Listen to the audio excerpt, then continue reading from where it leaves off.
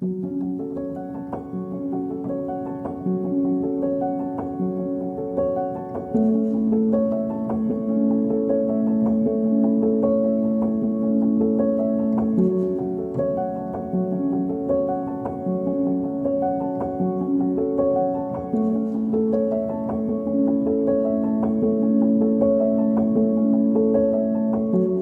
guys, I'm here today to bring you my top 20 books, my favorite books from the first trimester of the year.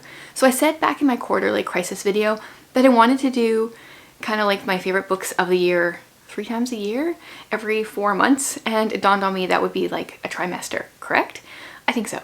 So that's what I'm going to be doing. I had a little bit of a rough patch at the beginning of the year. I didn't feel like I could really do quarterly wrap-ups or like favorites videos, and I realized I live my life in trimesters. Even for goals, I set goals in January, I set goals in May, and I set goals in September. It's like every 4 months, so that makes sense to me to do my favorites like this.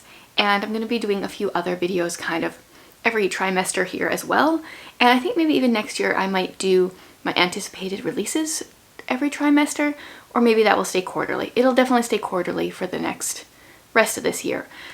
So I couldn't really decide how I wanted to organize these, so I decided to just go ahead and do alphabetical order. That way I didn't have to decide which ones were like my absolute favorites and where things fell in between. So I have 20 books, which seems like a lot. I totally went into making this list intending for it to be 10, but I don't know, they just kept coming. These are all books that I rated either 4, 4.5, or 5 stars. On Goodreads, obviously, it's just like 4 stars or 5 stars. But there are lots of 4 stars that didn't make it. They didn't meet this cut. I read, I think, just under 80 books in the first trimester, so it's a decent amount of, a good percentage of the books that I read are favorites. And I own about half of them, or have about half of them here. And the other ones I don't own, but I'm going to try to get my hands on them. And honestly, there is actually stacks of books here. Let me just show you. This is a preview of a video that will be coming your way in a week, because I'm waiting for more books. But like I have boxes of books here, and there's actually another box over there, and there's another box coming. So there's gonna be a big book haul coming in a week, and some of my favorites I know are in there, but I don't want to open them yet. So let's just get started. Because there's 20 books, I can't take forever here. The first one is 450 from Paddington. This is an Agatha Christie that I tried to solve this year so far, and honestly I feel like I've been doing really good with my Agatha Christies. I've really been enjoying them this year. Not necessarily so good on the solving part, but that's okay. And this one is a Miss Marple story, and what I really loved about this one is how Miss Marple is in the book right from the beginning. Some of the Miss Marple books, she's really only in the end, or she's like a very background player. Even in here, it's a background role that she plays, but it's more than it is in some books. And I just love her little hints that she gives of like how the person trying to solve the mystery can go about it. She picks up on things and she watches people, and I really like her. So in this one, it's called 450 from Paddington because right in the first chapter, this old lady is traveling on a train, and then at one point another train kind of like pulls alongside hers for a little bit, and then it goes ahead.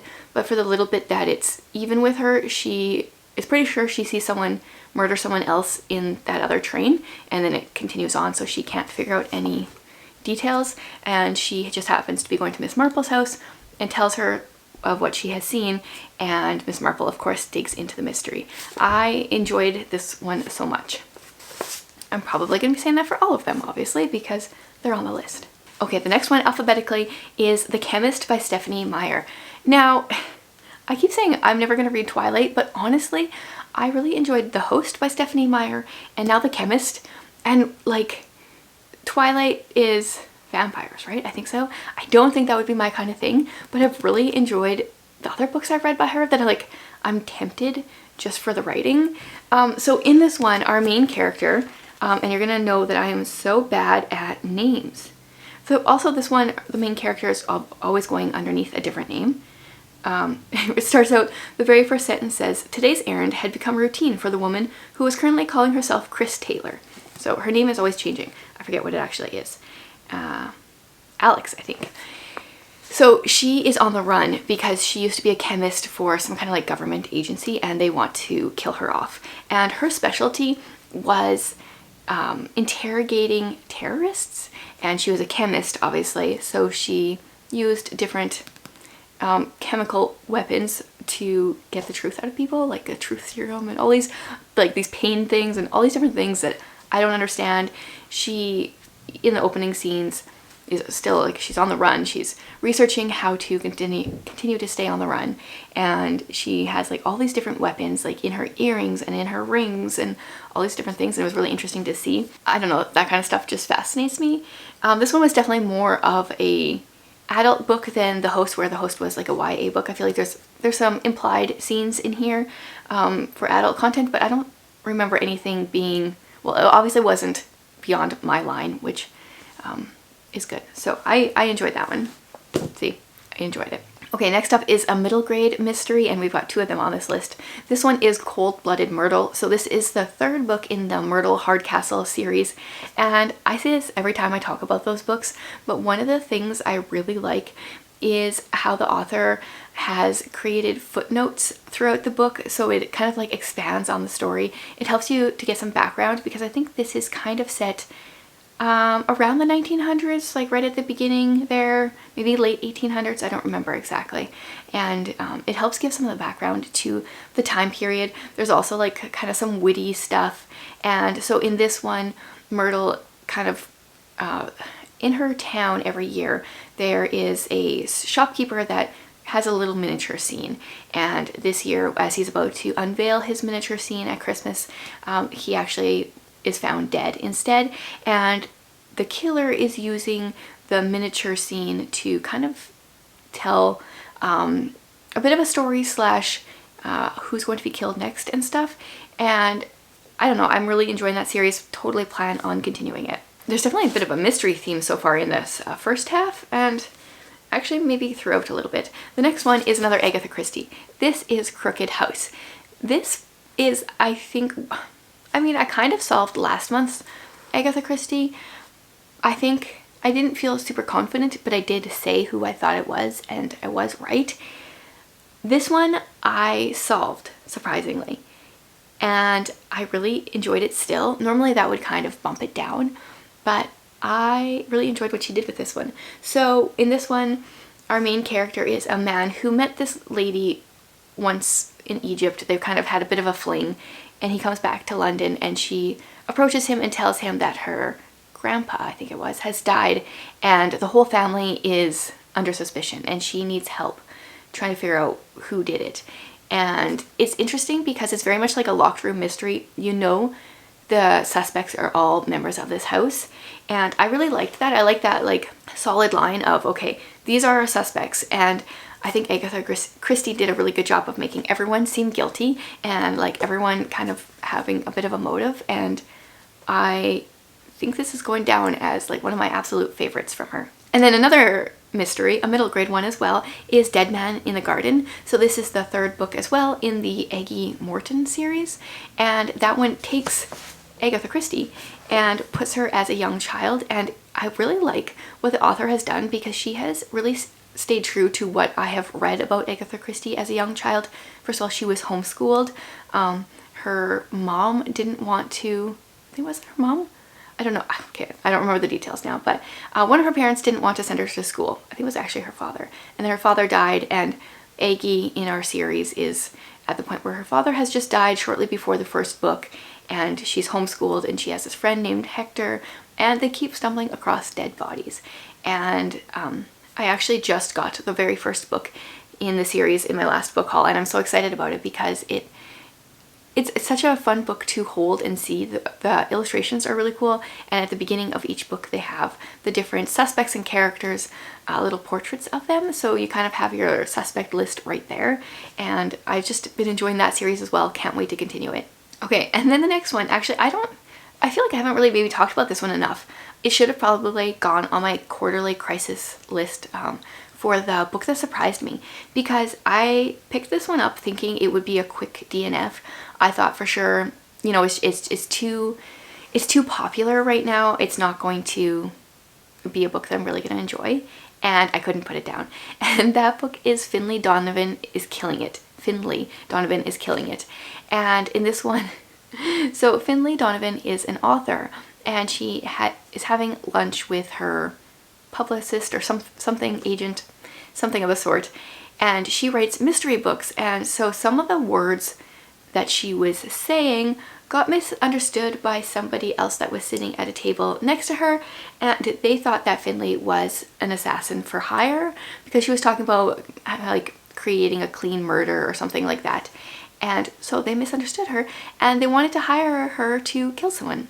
And she's desperate for money, and there's like a lot of money offered. So like, just try to imagine this actually playing out. She decides to like figure out who this guy is to see, like she has no plans on killing anybody. But she just kind of wants to see what's going on with this, I think.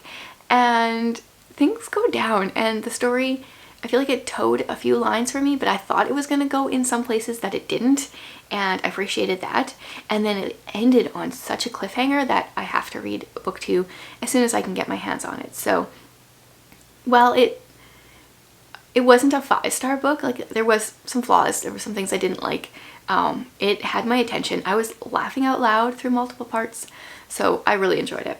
Oh my goodness, I gotta stop saying that. And then the next one was a middle grade free verse novel called Forget Me Not, and this is about a girl who has Tourette's syndrome, and this is written by an author who was diagnosed with Tourette's as an adult, and it finally gave her, like, I think some relief to know that she wasn't just weird or something. That she had a really great author's note at the end explaining a bit of her story and how she felt like she never fit in as a kid. And as an adult, the doctor who diagnosed her actually told her to not tell anyone that she had Tourette's, because then they would think she was weird, which, I mean, like, Tourette's is such a visibly, like, obviously visible syndrome. I feel like to avoid it or to ignore it can make a person look more weird than just acknowledging, like, I have this. And so she took that advice of the doctor and didn't take it as an adult, but that is what the advice this middle grade kid gets. And so she's trying to hide her Tourette's and not acknowledge it. And in middle school, like, kids are so mean as it is. I don't normally like reading about bullying and trouble in school and that kind of thing, but I feel like she did such an excellent job. I really, really enjoyed that one. I'm not even going to acknowledge that I just said that again. Okay, next up is Free Fall by Nancy Mell. So this is, once again, a 3rd book in a series. That seems to be the theme here. I've really enjoyed the entire series. So it is, oh, I was going to look up the title of the series. I don't remember. But our main character is Alex Donovan, and she is a behavioral analyst. And it's very similar to a profiler, but they're very, like, they definitely say in the series they're not profilers. It's very much supposed to be a desk job where you analyze the psychology and different things of serial killers. And in this particular book, we have a serial kidnapper, and he is targeting women that have similar features, characteristics that look the same. And so Alex has to try to figure it out. And I don't know how many books are going to be in the series. Maybe that was the end, but I have really liked the series. I think I've given every single one of those books at least 4 stars. Okay, now for the first historical fiction, and that is I Must Betray You by Ruda Sepetys. This is set in Romania in 1989, and wow, I had no idea about any of the history of that time, and our main character is a 17, I want to say, year old boy who gets approached and says, if you spy on your family, I'll get your grandfather who's got cancer here some medicine. And so he has this struggle of whether or not not actually his family, all these other people, if he wants to live a life that he's proud of, or if he would rather spy on people, tell their secrets so that his grandfather can have medication. And it was so interesting. She always does such a good job of, like, making things not black and white. And there are some things, like, well, I mean, the title is I Must Betray You, so there is a lot of betrayal that goes on. And it's interesting to see just how much they don't trust even their own family members. And I just think about how hard that would be. And 1989, that always shocks me because it's like, well, that was my lifetime. I feel like I read about this kind of stuff and it's like, yeah, but that happened like, you know, a long time ago. And while I'm getting older, I'm not that old. And so I think she does such a great job of bringing out, in all of her books, fairly unique sides of history. Even the ones, one or two, that have been like set in World War II, I feel like she takes a unique spin, or she goes to a different place, and she's always done such a great job. Okay, so our next book is Intervention. This is by Terry Blackstock. I pretty much have enjoyed almost every single one of her books.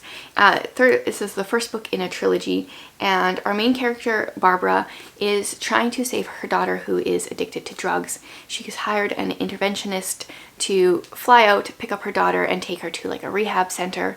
And as her daughter lands in the location wherever this rehab center is, the interventionist is found dead, and her daughter has gone missing. And so Barbara is trying to figure out where her daughter is. Like, her daughter is obviously a suspect in this murder, and Barbara's trying to figure out what has happened because she doesn't think that her daughter would do this. And so she's trying to solve this mystery. And this book didn't suck me in as much as a lot of Terry Blackstock's other books have, but I felt like by the end I was invested, and I still haven't continued the series, but I plan on doing that really soon. Then we have a graphic novel that made it onto this list, and that is Lightfall, The Girl and the Galdurian. This is by Tim Probert, and I think this is probably the first graphic novel that I ever finished. One of the first ones, and I really enjoyed it. The illustrations are so adorable, and book 2 I think just came out in April, so I need to get my hands on that yet. And I can't really even describe it. We're in a fantasy world. Yeah, I don't know, if you like graphic novels, or if you have never really tried them but you would like to, I feel like this one is a really quick read, and the illustrations are so cute that I would highly recommend it.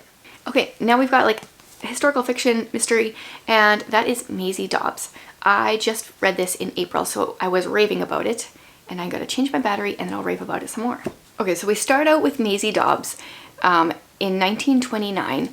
And for the first 65 pages, we get to hang out with her as she's trying to start kind of like this private investigator agency kind of thing.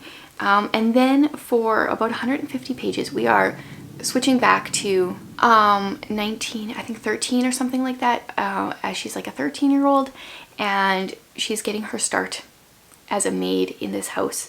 Her dad has gotten her this job, and after being there for a while, they realize that she's really smart, and she kind of gets taken under the lady's wing, and she gives her an education and invests a lot of time into her. And at the beginning, we kind of got introduced to this one mystery regarding some of the care of people in World War after the First World War. And then in the last, like, whatever, 50, 100 pages, we kind of resolve the mystery. And this was such a unique setup to me. The idea that it felt like mystery, and then it felt like historical fiction, and then it felt like mystery again. And I felt like that's really what I needed to get into the story and get invested in the historical fiction portion. And the mystery, I felt like, well, not like super, super deep. I was thoroughly enjoying it. I was totally into it. And I have heard really good things about the continuation of the series. When I filmed my April wrap-up, I said, like, I don't think this can continue, because I gave it 5 stars, and then the ending, like, I had so many tears, and if I could have given it more than 5 stars, I would have, but I didn't think that it could continue through a series. I figured it would maybe just be a one-hit wonder kind of thing, but I hear the rest of the series is good as well, so I am going to give it a try. Okay, and then, wow, there is definitely a big mystery theme here. Obviously, I like mystery. The Man Who Died Twice. This is the second book in the Thursday Murder Club mystery series. So the Thursday Murder Club is a bunch of retirees who go through old, or at least in the first book, they go through old case files, and try to solve mysteries, and then end up getting sucked into their own. And our narrator is a woman named Joyce. She is one of the ladies in this retirement home in the Thursday Murder Club, and she is like so the perfect old lady. I have loved her so much. Almost everyone that I know has given the second book a higher rating than the first book. Personally, for me, the first book was better because I was so surprised at how much I loved it, and I went into this one knowing I would love it. It's a weird thing in my brain.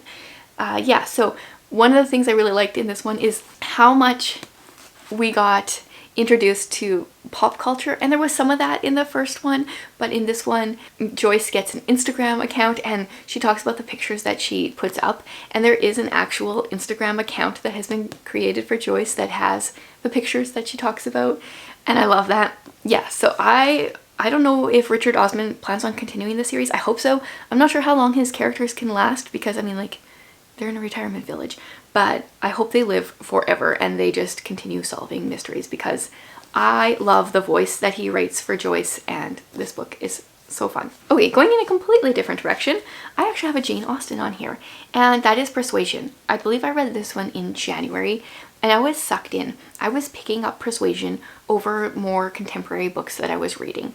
I don't know why I enjoyed it so much. My one beef was that there was like, oh, and I know that Jane Austen likes to emphasize things that happened in life back then, but every man in this book is named Charles, which, if she's trying to make fun of the fact that everyone has the same name, sure, but also it's so hard to read when you're trying to keep straight which different Charles is who. At least if you're bad with character names already as it is. So that was my like one beef, but I don't know how much to say about Persuasion. It's a classic, and so far I would say this is probably the one of hers I've enjoyed the most, but I do need to still reread Pride and Prejudice and Emma to know for sure. This is one I just read, and that is The Secret Adversary. This is Agatha Christie's first book in the Tommy and Tuppence series. Just had a video about this, and I raved about it in my April wrap-up, so I won't say too much. This is more of an adventure story than a mystery story, I would say. But if you look at all these pink tabs, this is our character Tuppence just cracking me up. There were so many things that she said that I just found hilarious. I really loved her as a character, so I can't wait to continue this series, but I won't read it as a whodunit, like me trying to solve it. I'll have to probably wait until the end of this year after I'm done trying to solve a bunch of Agatha Christie's and then like fly through the rest of this series, because it was fun, but it wasn't quite what I was expecting. But I had so much fun with this. Then we've got The Secret Keepers of Old Depot Grocery. So this book is by Amanda Cox. Her The Edge of Belonging was my favorite book of last year. So I went into this one with high expectations, but like trying not to keep them too high because I don't know, me and expectations with books are weird. And for me, it didn't quite match The Edge of Belonging, but I know most people, same thing with Thursday Murder Club, actually think this one was better than the other one. I'm just different that way, I guess. So we have a dual timeline story here. It starts out with a woman who, she's like 19 maybe? She is pregnant, and it is during World War II, I think. Oh, the details get fuzzy. But she's pregnant and her fiance has died in the war. And so her father, who's a pastor, is embarrassed to the fact that she's pregnant, so he arranges this marriage that she doesn't know about. She walks into this guy's grocery store and he gives her father the nod, and they're married right there.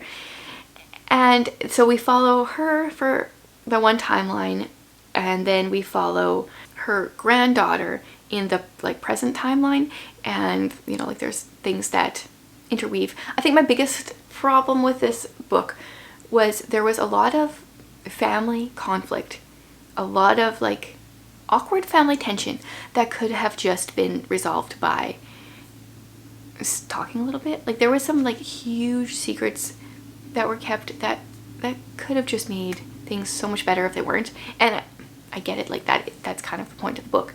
But for this one, that part bothered me a little bit to the extreme, but I still really enjoyed it. Okay, we got 4 more left. Next up is Spy Family. I've been raving about this one since the beginning of April. The first 2 books for me were 5 stars. I've really enjoyed them. It's about an assassin. No, it's about a spy who needs to marry and have a child for this particular mission that he's doing, because he has to try to get his child into this prestigious school to spy on this guy. And so he doesn't realize that the woman that he marries is an assassin, and the child he adopts is a telepath, and like the cutest telepath you've ever seen. And it's interesting to see them trying to get into the school, and his thoughts and the assassin's thoughts, and then the telepath reading their thoughts. I think they try to pass her off as a 6-year-old, but she's actually like 4, and so her mind is just like blown with all these things that they're thinking about. And like the assassin scenes are pretty dark, but like the rest of the book is quite light, with a lot of like, I feel like Japanese isms where there's like societal expectations or things, and it's like, wow, that must be like a Japanese thing, because that wouldn't be what that is here. But I've really enjoyed the series, but those two were for sure the best so far. Okay, now we are on to The Souls of Lost Lake. This is another one I read last month that I loved. Jamie Jo Wright, like, yeah, this is, I still can't decide. The Curse of Misty Wayfarer and this just might be tied for first. So another dual timeline. The first timeline, our main character comes out of the woods as a 13-year-old girl carrying a logger's axe that is bloody, and they assume has the blood of her family. Her family's actually missing, but everyone in the town just thinks that she killed them.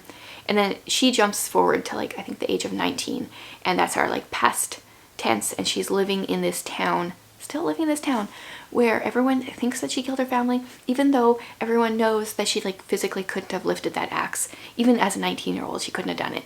But they still, like, all the hatred and the fear they have of her, and it's hard to read about. And then present tense, we follow a girl named Ren who works at a summer camp, lives at a summer camp, and there is a 6-year-old girl missing. And then I always just love watching the magic of Jamie Jo Wright, like weaving the two storylines together. Yeah, loved this one. Okay, we got one more middle grade one. This one is Until Tomorrow, Mr. Marsworth. So this is historical fiction set during the Vietnam War. Our main character, Rennie, I always want to say Rennie, but her name is Maureen. Rennie, she becomes a paper boy in this town. She's kind of like new to the town. Her grandma lives there, and she starts writing letters to this man named Mr. Marsworth, and he's like a crotchety old man, and she wants to get to know him, and she fights with her fists, even though she's, even at a peace demonstration that she goes to because she's trying to get her brother to be able to not go to war, it ends up in fight, and she's like down there with her fists.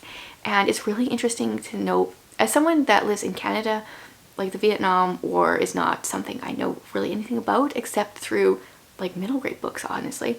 And I feel like I learned a lot about how people were dealing with it and like the different sides, and I so enjoyed that one. Plus it's all told in letters between her and Mr. Marsworth, and I think it's just the two of them. Really good. And the last one is You Don't Know Me by Susan May Warren.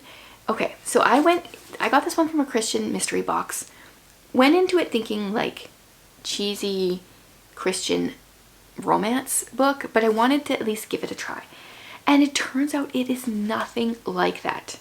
Okay, so unfortunately you only find this out in an author's note at the end, and I kind of get why they do this, but at the same time I feel like it would have been really good at the beginning.